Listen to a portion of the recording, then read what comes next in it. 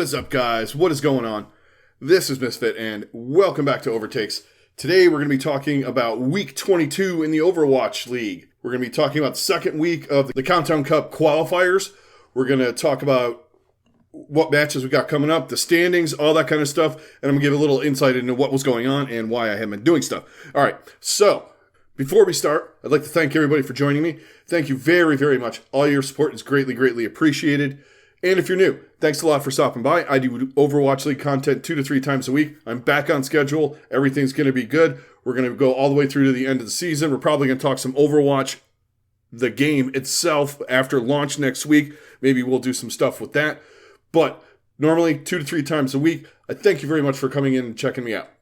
Also, all you guys that have been around, thanks a lot for sticking around. And here's what's been going on. All right, so I had technical problems. And then I had more technical problems, and then I had a vacation, and then my, in real life stuff took over. I was going to start beginning of last week. I wanted to see how some of this stuff fleshed out, and here we are. We're going to talk about the Countdown Cup moving forward and into the playoffs. We're going to talk about scenarios. I'm going to do pick'ems again at the end of this. They've been terrible. I'm not going to go over the last stage too much. I didn't think it was as bad as a lot of people were playing it out to be. I kind of wish I didn't have all the technical problems because I told you guys the Dallas Fuel were going to be good in it, and I said Boston might be good too. But, I couldn't gloat, so unfortunately, here we are. But we got a lot of exciting stuff to talk about now. Let's dive into Week 22. Okay, so there were some things that happened last week that were a little bit surprising to me. And I'm sure they were surprising to some of you guys too, more or less. We had the Shock tripping up a little bit. We had the Mayhem looking absolutely god-awful. I mean, that could be expected. I'm not 100% on what you guys think about that. The Dragons losing to Guangzhou. Guangzhou's picked up some guys, though, and they've kind of improved a little bit.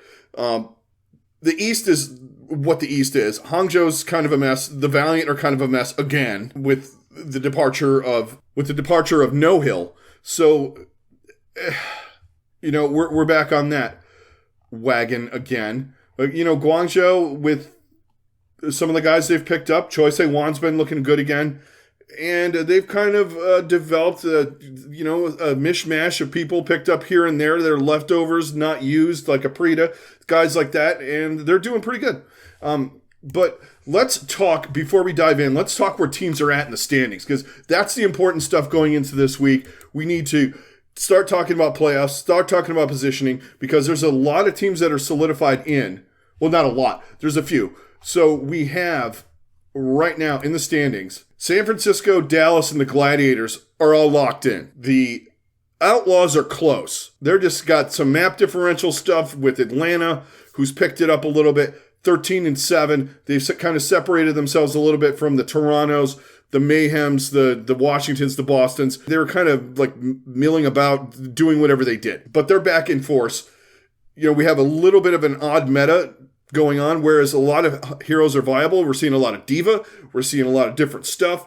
It's kind of nice. We're kind of back into whatever you want to call them, the Mid-Season Madness and the Summer Showdown or Mid-Season Madness Kickoff Clash, whatever the hell the fucking alliterative name is.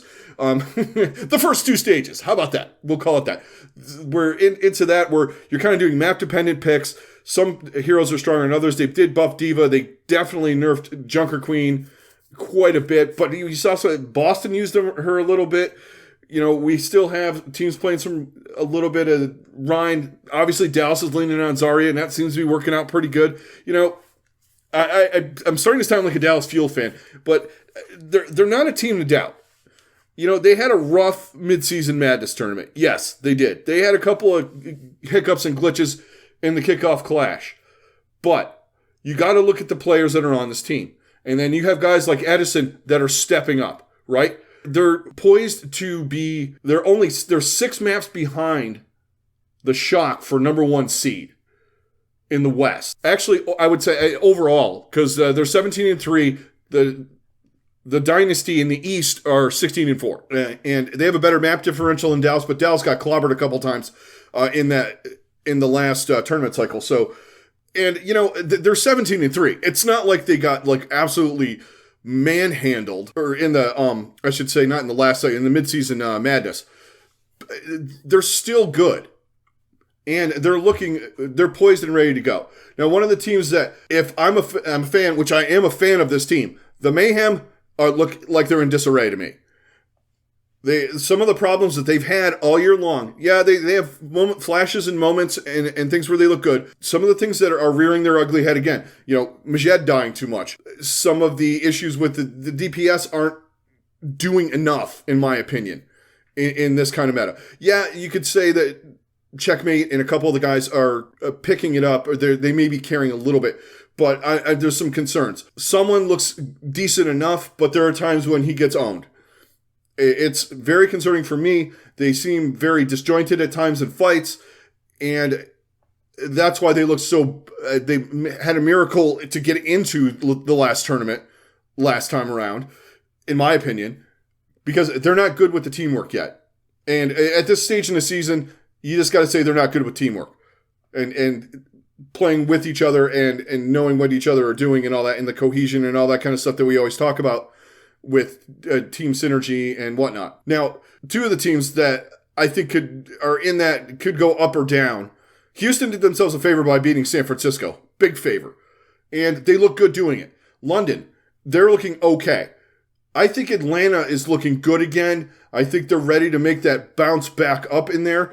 So standings-wise, I don't think anyone's going to fall out of the play-ins, because I don't see New York in any possible scenario getting four wins with the remainder of the season, and the potential of Boston losing them all, or Washington. What you could have is the Mayhem dropping down to 10th, which is not out of the realm of possibility right now. Washington looks decent enough. I said something nearly positive about Washington, so let's just go with that. But the standings are looking east-wise. That's a whole different kettle of fish. Between Philadelphia, Chengdu, Hangzhou. Guangzhou has a lot of work to do. They'll probably make the play-ins. The Valiant have dropped off the table. No Hill's gone. Obviously, you guys have seen the pictures on Reddit and Twitter and stuff like that, where No Hill lived in a closet with some kind of makeshift bed, team room, meeting area thing. I don't know what the hell is going on there, but their situation is the normal situation, and it's not good. It's bad optics for the league. It's bad optics. Actually, it's more than bad optics. It's just not good conditions for the players, is what I'm trying to get at. That's what we're looking like standings-wise. Now, let's get into what we got going on this week. Big matches across the board. There's a lot of stuff going to be, a lot of the matches, even though on paper they don't look like they're big, maps are going to matter, especially for teams like Dallas, the Gladiators. The Gladiators are 3 losses behind the Fuel, but they're only 2 points. A lot of this stuff is going to make a big bit of difference. Some of these teams that are hanging by a thread, like Toronto and Florida, have points from these tournaments. Some teams like Boston and Washington don't have the same amount of points in the situations that those two teams put themselves in by winning games in tournaments and getting the extra points. So, in Atlanta, they're 11-9. They look like they're kind of in the middle here, but they did well in the first 2 tournaments, so they have a lot of points from that. They still have a lot of ground to make up. They're sitting right in the 6th spot now, and I think they're gonna be fine. I think they could move up possibly. But this week we got some big games. We're talking about West. East is kind of wacky. We'll talk about some of that stuff. I mean, we have a couple of big matches going there. Shanghai needs to bounce back this week against Philly. You have Seoul playing Chengdu. Chengdu's kind of like in the positioning status right now. They kind of righted the ship a little bit. I mean, they're mediocre at best, but when a 7-team division, it's okay. They can do what they got to do. Seoul has a couple of big games. Hangzhou's got a big game against Shanghai. There's a lot of huge matchups going on. And if you look at it from the standpoint of what teams like in the West, now if we go over there, Dallas has Vancouver and London this week. Those are 2 very extremely winnable games for them. Ones that they could possibly go 3-0, 3-1 to pick up maps. Where you have teams like the Gladiators also playing London. They have a chance there to pick up a map or 2. I think it's going to be closer than advertised, across the board. I mean, we also had something I did not mention, we had Patapan retire in the last week. So that's big for Dallas, or for the Gladiators. But they have Happy. I think it could work out. I think Happy does a lot. And with Kevster, I think that's a good team up. And, of course, Anza's gone too. But Vancouver resurgence, that's not going to happen, I don't think, against Dallas. And a couple of the teams in the league, San Francisco's got a tough game against Toronto. I know it's contrary to what I've said throughout the year, but it's their lone game of the week. They have that. Gladiators have New York on Sunday. That's a big game for the Gladiators to go 3-0 and pick up some maps and some points. And they can directly get ahead of the Spitfire, or distance themselves from the Spitfire, I should say, with a win against the Spitfire and then maybe a 3-0 against New York, which seems probable, possible, that kind of thing. I think one of the big matches of the week is also going to be on Sunday, where we got Atlanta taking on Washington. I think that's a huge, huge matchup. Washington is sticking around that Florida, Toronto, Boston area there, and Atlanta. If they could beat Atlanta somehow, that's going to bounce them up in the standings, and probably over the Mayhem, because the Mayhem are off this week. And the Defiant have San Francisco and Vancouver. And of course, they play a head-to-head with Atlanta. Another big matchup Sunday or Saturday, last game of the night, is going to be the Shock versus the Reign. This is big for the Shock. They have a tough week. I know I'm saying Toronto's part of the tough week. Shock haven't looked as good to me. I think they let off the gas pedal a little bit. I really do. After that first loss when Dallas beat them last stage, I think they just, all right, let's relax, regroup, get ready for the playoffs, see how this meta plays out. Because, guys, we had that meta with the Junker Queen. I have a feeling when we get to the playoffs, Kariko is going to be the new support hero. Is going to be huge. The way she looks, unless in between launch on Tuesday and when the playoffs start on the 30th, they throw a patch in there because she's too OP before the playoffs, because they already said that she's going to be available for the playoffs. So we'll see what happens with that. But I know all over the board, my usual. But I think for some of these teams, it's fairly imperative, especially in that Shock Atlanta game's huge. Like I said, this is a good way for the Shock to maybe bounce Atlanta down a little bit and boost their map differential up a little bit. Because you got the Gladiators and the fuel breathing down your neck. Because the Gladiators got a lot of points. So they're 3 losses behind from their terrible, absolutely abysmal Summer Showdown. It doesn't matter, though, because they won the first 2. So they got all those points. So they're gonna take advantage of that. And, they got New York, they got London, and they could take care of some business and get back into the mix with the Shock and Fuel, like, directly. They're a couple points out. East is looking wacky, like I said. All right, let's talk a little what teams we're going to watch this week. A couple of the players in the mix are not playing this week in the West, being Houston and Florida. So those teams aren't playing. Obviously, all the teams in the East are playing in their round robin style. So we got a lot of... I'm watching Shanghai. They looked kind of meh. I don't know if they're doing... Them and the Gladiator, or them and the Shock are doing, that letting off the gas a little bit in the last stage and then working on things for future. But I think it's imperative for them to at least have another good showing. Because a lot of people have lost faith in them. Yeah, they did come back. They did do look better. All that kind of stuff. But you don't want to be pigeonholed into a bad spot in the playoffs because you decided to let off the gas. That's my thoughts on some of that stuff. But I'm watching East. I'm definitely watching Shanghai. West. There's I'm keeping my eye on a lot of stuff because there's a lot. I love it when it gets close to playoffs in any sport, esport, otherwise, because there's so much chaos and so many wins, losses, and in this league, maps, you think it's a throwaway map. Gladiators beat Spitfire 3-1, and they lose a couple of seeding spots because they have a different bad map differential compared to Dallas or San Francisco or whoever. It's just fun to watch. It's going to be, every match is going to matter. Every map is going to matter, as they keep saying on the desk. I'm just super hyped. But a couple of the matches that we'll talk about really quick, like focus matches for me. Shanghai, Philly. This is one of the biggest matches in the East that we have. We have Shanghai ahead by 7 points over Philly, but Philly can distance themselves a little bit more from Hangzhou if they manage to beat Shanghai. And Shanghai will fall a little bit because Seoul's got a little bit easier of a schedule. Seoul has this week, they have Chengdu. Guangzhou is improved too, though. But on paper, you got to take Seoul in both of those matches. Shanghai has not looked great. If Shanghai goes 1-1, and you have a situation where Seoul goes 2-0, we're starting to get into separation land where you're not going to have enough time to get enough points to beat them. They got to go 2-0. They got to hope to get the number 1 seed. Most of these teams are locked in. Unless Guangzhou loses, maybe the Valiant pick up a win somehow and they flip-flop, but I don't see that happening right now. But back to that match, Shanghai, Philly, this is a huge, huge match. You think going into this, Shanghai should be legitimately favored in this? I know they're locked into the playoffs, the Dragons, but seeding matters.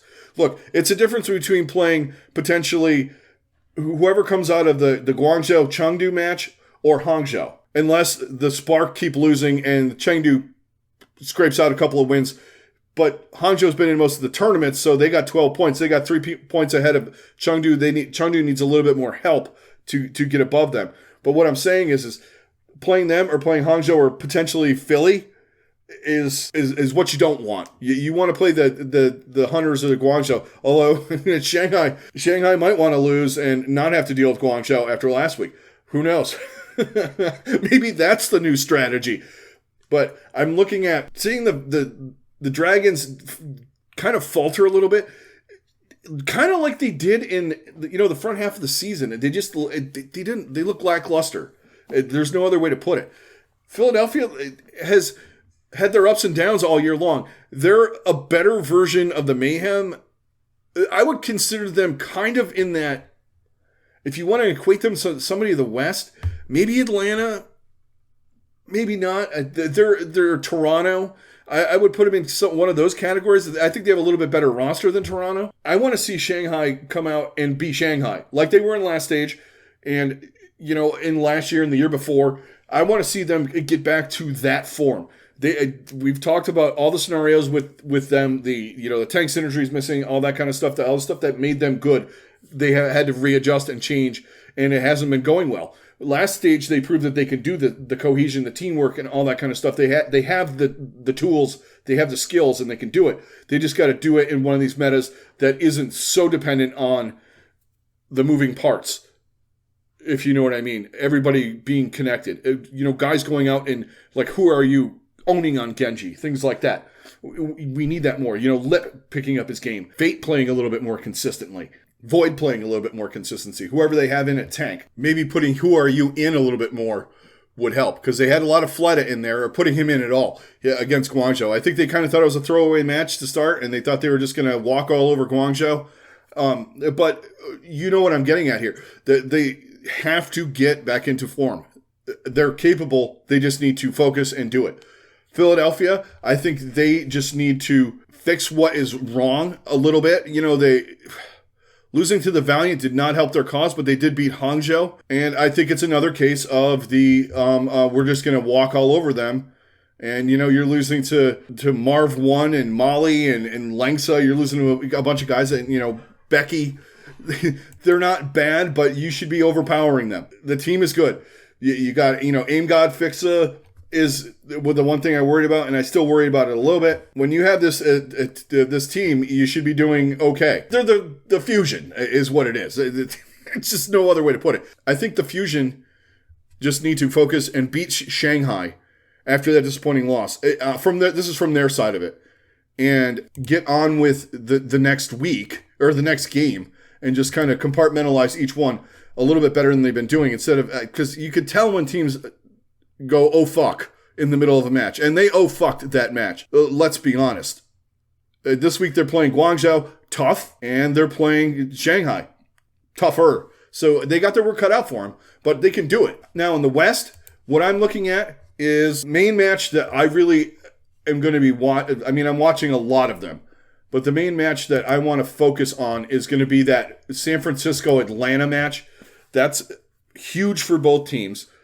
San Francisco needs to bounce back if they're into that. I'm not going to get on the normal sandbagging train, but, and some of the stuff I haven't paid attention to what some of these coaches and stuff are saying right now about things. I don't know if Krusty's come out and said he's resting players or not. I have not had time to pay attention this week to some of the Twitter speak and the Reddit things and the whatnot and the what have you with things like that. But optics are bad for what they did last week. Let's be perfectly honest here. You lose 3-2 to the Justice. You lose 3-1 to Washington, teams that you should absolutely destroy. I'm a little concerned. That's, like I said, if they're trying. I mean, you're seeing a lot of Mikey, seeing a lot of different looks. Maybe they're trying some different stuff out on different maps. I don't know. I mean, against Washington, Mikey played 3 of the 5 maps. I'm not saying he's bad. It also could be a matter that you're more into what he does than you are what Kaluj does. But overall, I'm taking Kaluj. It's going to be tough. Atlanta, on the other hand, they're in a battle. They want to separate themselves from the Torontos, the Floridas, the Washingtons. So this is a big week for them too. And I feel them getting better and starting to make a surge a little bit. They had an easy time with New York. Not a problem. They beat Toronto out 3-2. They're running a lot of ultraviolet vigilante. I like that. And Speedily looking decent enough. Hawk is the mainstay of tank, and he's got heroes he can play. There's a lot of diva, a lot of things like that they can sink their teeth into, and really they can really just kind of create their own way about things. And I think it's gonna be a tough one for San Francisco if they're quote unquote trying. If they're not just laying off, just playing the matches, trying to win, but not doing the full amount of work and just focusing on playoffs because they're already in.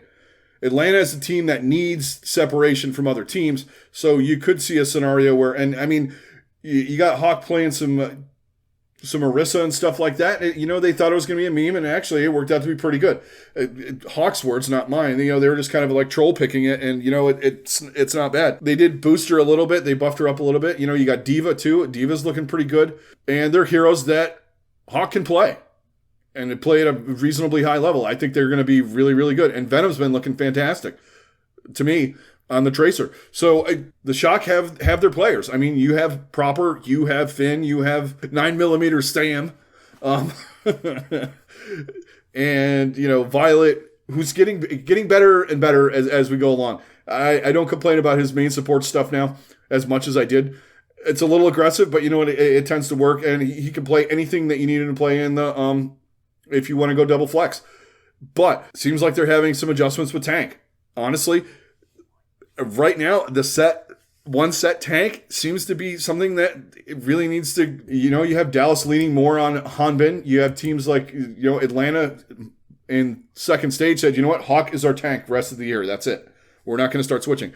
And it seems like maybe they're just trying things out for the playoffs, the Shock. But I think this match is going to be fantastic, but it's very, very, it's more important for Atlanta than it is for San Francisco from the aspect of Atlanta just wants to keep climbing a little bit, get distance. They got some of that from Toronto by beating them last week. They beat the Justice. I'm sorry, they beat the Excelsior, not the Justice. They beat the Excelsior 3-0 like they really needed to. They took care of their business this week. They got the Justice this week and they got the Shock this week. 2 big games. They can get more separation from Washington and close in on towards the teams that are above them in Houston and the Gladiators. I don't think they can catch either one of them, but or at least the Gladiators. They might not be able to catch points-wise. Yeah, they got 15, Gladiators got 21, but the Outlaws are within 2 points. They win both these games this week, and they get some positive maps. Outlaws got a lot of maps on them, But the more we get down, closer and get down to business here, they might be able to overtake them. They definitely can overtake Washington this week. Or not Washington, London. They can. Man, I keep throwing Washington in there. I don't know what the hell my problem is. A little rusty. But they could get over London, close in on Houston, and then the Gladiators are kind of out of reach. Win-wise, they're not. Points-wise, they are. They're 6 points ahead of them. And I believe Atlanta has potential for 4 points. So you're kind of out of the mix with that. But you can catch up to Houston. Houston's got 17 points. You got 14. I'm sorry. Actually, the Gladiators are 7 points ahead. There's the possibility you can get up to Houston if Houston has a bad week, which, they look pretty decent, so I don't know if they are. But in this game, it's going to come down to what is San Francisco's angle, really, is what it's about. Because Atlanta could come out and 3-0 them, and because they don't necessarily care. But they're in danger of losing that top spot, and I don't think they want to do that. So we'll see. But those are the two matches I'm going to be keeping my eye on. Now, let's hit the pick'ems for the comeback, on the comeback trail. All right. I'm looking pretty crappy. I'm not going to lie. Last week I did okay. But here, let's go down what I got this week. I'm just going to run them down rapid succession, all the matches, and starting with the East, and then we're going to head to the West. So, here we go. Picks for the East. Starting off, 6 a.m. Eastern Standard Time on Friday. I have the Seoul Dynasty beating the Chengdu Hunters 3-1. Next up, we have the Dragons versus the Fusion in the match we talked about a little bit earlier. I have the Dragons winning 3-2 on a close one. On the Saturday in the East, we have Hangzhou taking on the Shanghai Dragons. I have the Dragons winning that 3-1. Next up, Chengdu taking on the LA Valiant. Hunters, I have winning this 3-1. Final match of Saturday in the East.